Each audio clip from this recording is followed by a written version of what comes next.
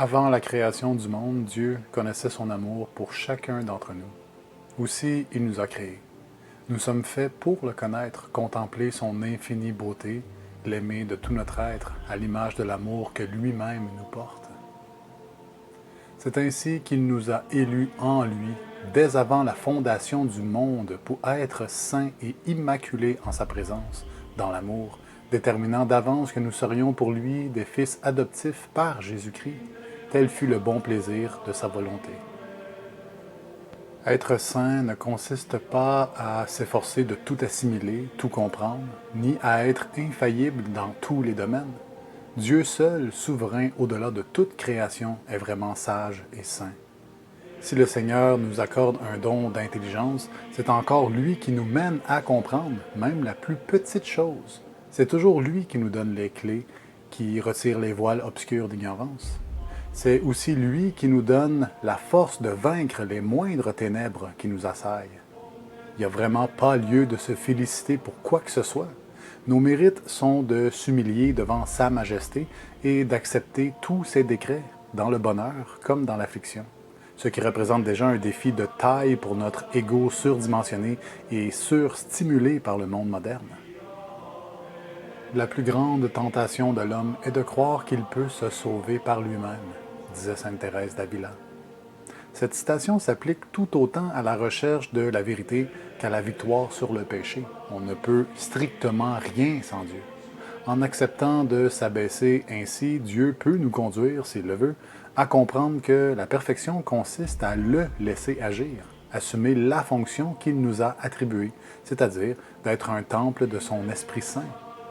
Ensuite, comme le dit saint Jacques, c'est par les œuvres que je te montrerai ma foi. Oui, parce que les œuvres sont les fruits et c'est par ceux-ci que nous pouvons évaluer ce qui est juste et bon. C'est pourquoi saint Paul nous disait plus haut que nous sommes pour Dieu des fils adoptifs si seulement il peut reconnaître en nous l'action lumineuse de son propre Verbe.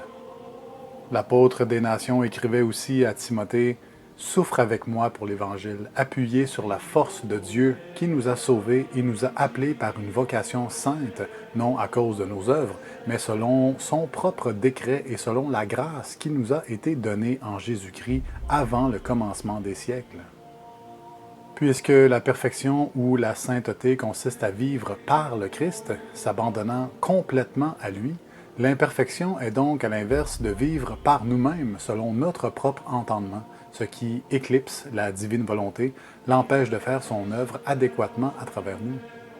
L'imperfection vient quand, par la primauté que nous accordons à notre personne, nous pensons et travaillons d'abord pour se satisfaire nous-mêmes ou, même si on croit bien faire, pour valider l'un de nos propres idéaux.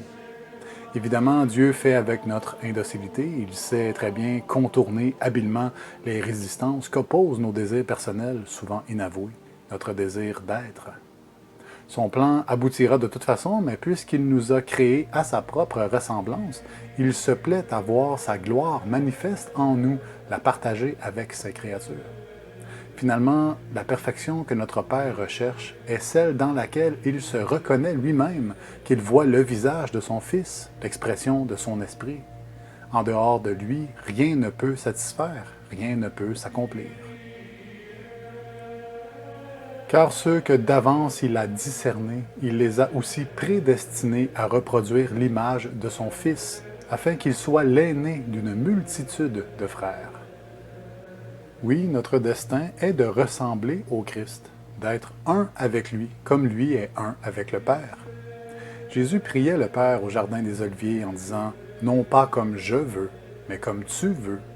Jésus a enseigné durant tout son ministère le renoncement de lui-même et la soumission totale à la volonté divine. Il nous a ainsi montré le chemin de vie éternelle, la vérité qui ne peut s'exprimer en nous que par l'humilité. Il n'y a pas d'autre manière d'être véridique. On ne peut tricher ni contourner. On ne trompe pas le Seigneur, c'est impossible. La sainteté d'un homme, sa perfection, se mesure à son degré d'humilité. C'est obligatoire, car, encore une fois, seul Dieu est saint et parfait, et pour que Dieu soit manifeste dans l'homme, ce dernier doit lui céder la place, le préférer au-delà de tout, au-delà de lui-même. D'ailleurs, aucune autre vertu chrétienne ne peut être véridique, c'est-à-dire provenant du Christ, si elle ne s'exprime dans une humilité complète. Saint Augustin, comme quantité de saintes âmes, dit très clairement « L'humilité est la fondation de toutes les autres vertus. Par conséquent, dans l'âme où cette vertu n'est pas, il ne peut y avoir aucune autre vertu enracinée et stable. » Si cette sainte base n'est pas établie, forcément il y aura des billets d'intérêt personnel, des taches, des souillures, qui teinteront d'imperfection, de maladie et même de mort toute œuvre qui en résultera. Revêtez-vous tous d'humilité dans vos rapports mutuels, car Dieu résiste aux orgueilleux, mais c'est aux humbles qu'il donne sa grâce. Si on ne s'humilie pas devant le Seigneur, on ne fait simplement pas sa volonté. Peu importe comment on rationalise nos actions et peu importe le procédé par lequel on se justifie de le servir. Étant pécheurs, nous sommes facilement à risque de confondre notre propre volonté avec celle de Dieu, donc de prendre notre vanité pour la vérité. Nous en avons de très bonnes illustrations dans la Bible. Au 10e dimanche après la Pentecôte, l'Église nous propose la parabole du pharisien et du publicain dans l'Évangile de Luc, au chapitre 18, que je vous invite à lire par vous-même. Le pharisien se croit meilleur aux yeux de Dieu parce qu'il est assidu dans certaines pratiques, la prière, le jeûne, les aumônes, qu'il connaît mieux les Écritures, qu'il ne tient pas un rôle ingrat dans la société comme le publicain. Il se sert de ceci pour justifier ses commentaires méprisants contre le publicain qui ne fait pas comme lui, qui ne comprend pas comme lui, qui ne pratique pas autant que lui. Au fond, il utilise la doctrine pour se remonter, se gratifier, être reconnu, remercié, apprécié. Mais en vérité, manquant d'humilité, ces pratiques sont vaines en comparaison à l'homme qui en fait moins mais dont le cœur est réellement humble et contrit. C'est une leçon très importante pour nous tous, car si nous ne veillons pas, nous sommes tous à risque de sombrer dans ce type d'orgueil. Il ne faut pas s'imaginer être au-dessus de tout ça, croire que ça ne nous concerne pas, c'est une erreur. Heureux nous sommes quand nous reconnaissons notre petitesse, notre insignifiance.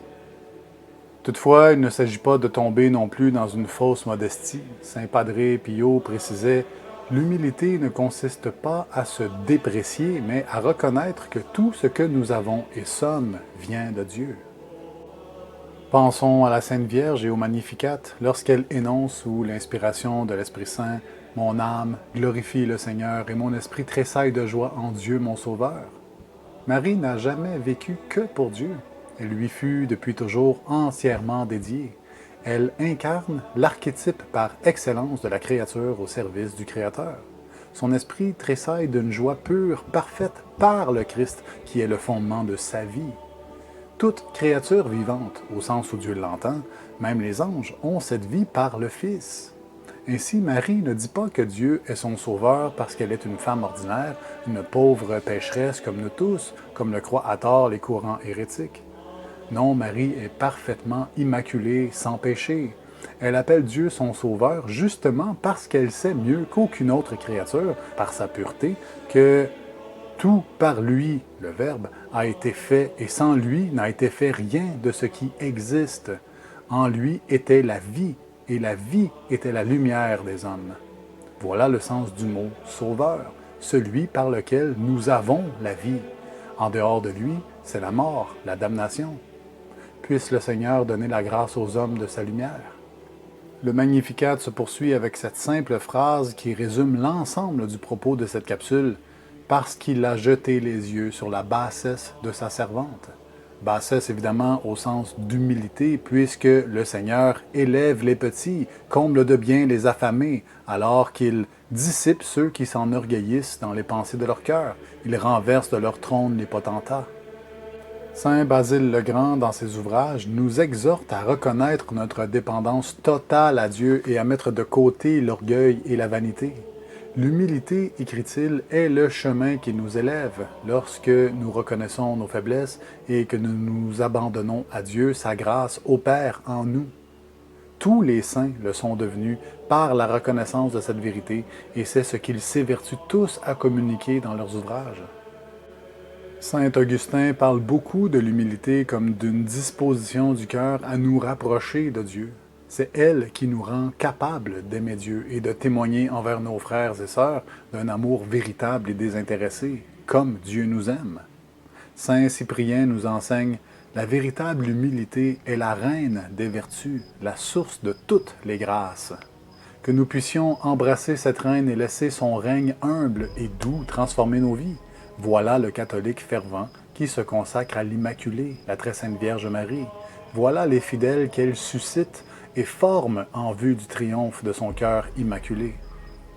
Vraiment, l'humilité est la condition essentielle par laquelle peut se révéler la vérité, la vie.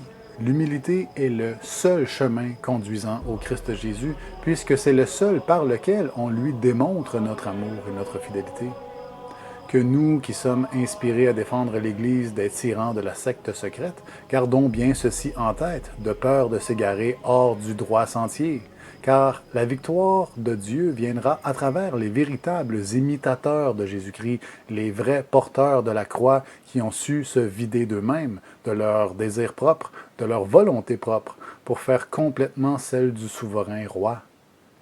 Voilà les apôtres des derniers temps prophétisés par maintes âmes dévouées. Puisse le Seigneur vous donner les grâces dont vous avez besoin pour votre salut.